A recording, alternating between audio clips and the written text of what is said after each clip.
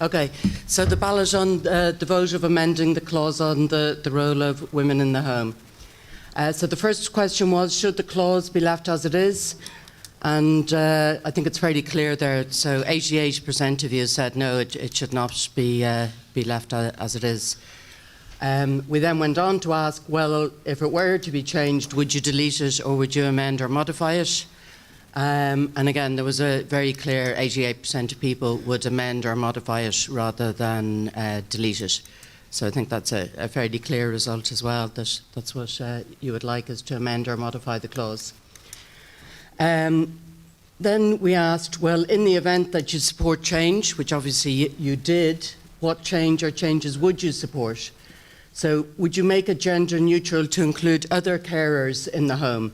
And 98% of you said yes, that you would like to do that. So that's pretty resounding. And would you like to include carers beyond the home? And 62% of you said yes to that. So again, fairly clear outcomes there of the kind of direction that you would like to take it.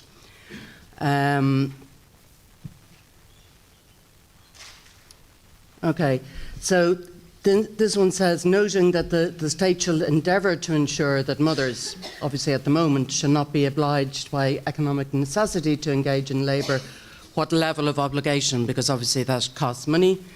So 20% of you would endeavour to support, 35% in the sort of the middle ground provide a reasonable amount of support, and 30% say shall support, and you see the smaller numbers in at the midpoints. The average score there was 3.22. Okay, so very much right in the middle. Provide a reasonable level of support was the average view of the convention on that. Okay, so on the second ballot paper, which was on encouraging greater participation of women in public life and in politics. The first bit, we noted that it says all citizens shall as human persons be held equal before the law. Should it be amended to include an explicit provision on gender equality?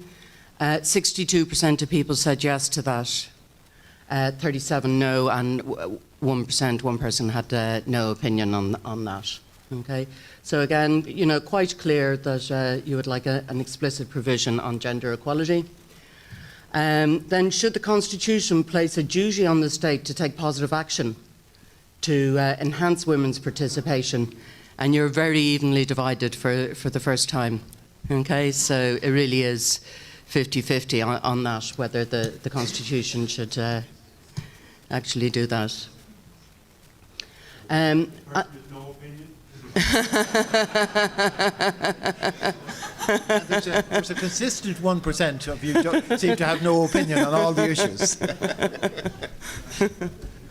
And then outside of the Constitution, because as you were noting yourselves, there's a lot of place in legislation and in other places. So would you like to see the government taking more action to encourage greater participation of women? And that was a very resounding 97% of people said yes, they'd like to see the government taking more action. So that's a pretty clear result again.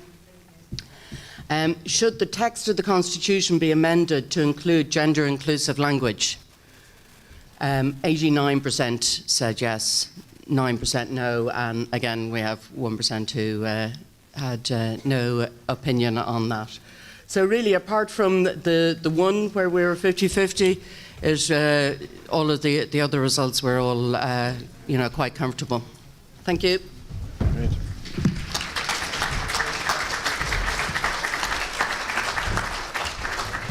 Thank you very much, Jane. I mean, it is quite, there's no doubt that there is a level of decisiveness in these results that wasn't at all there the last time we met for the other two issues. So that in itself is a telling statement.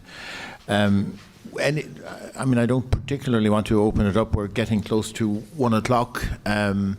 If does anyone any quick views on what we've just heard? Yeah.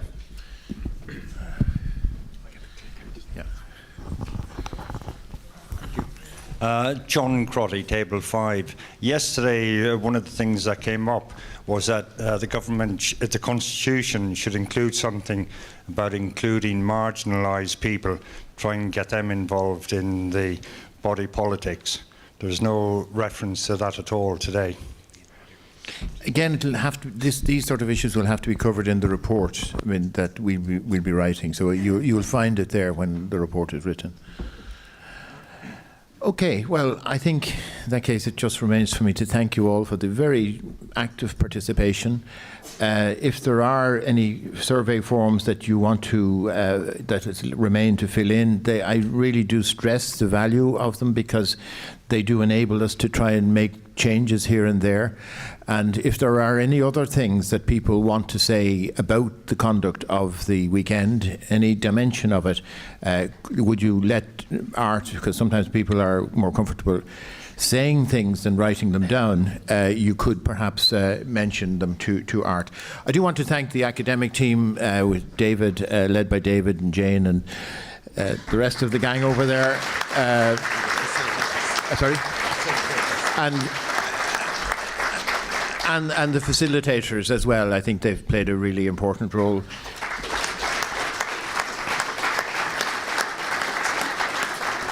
And I'm glad to say we have established a tradition, a convention of starting and finishing on time. And now we have 1 minute left to 1 o'clock. So thank you very much.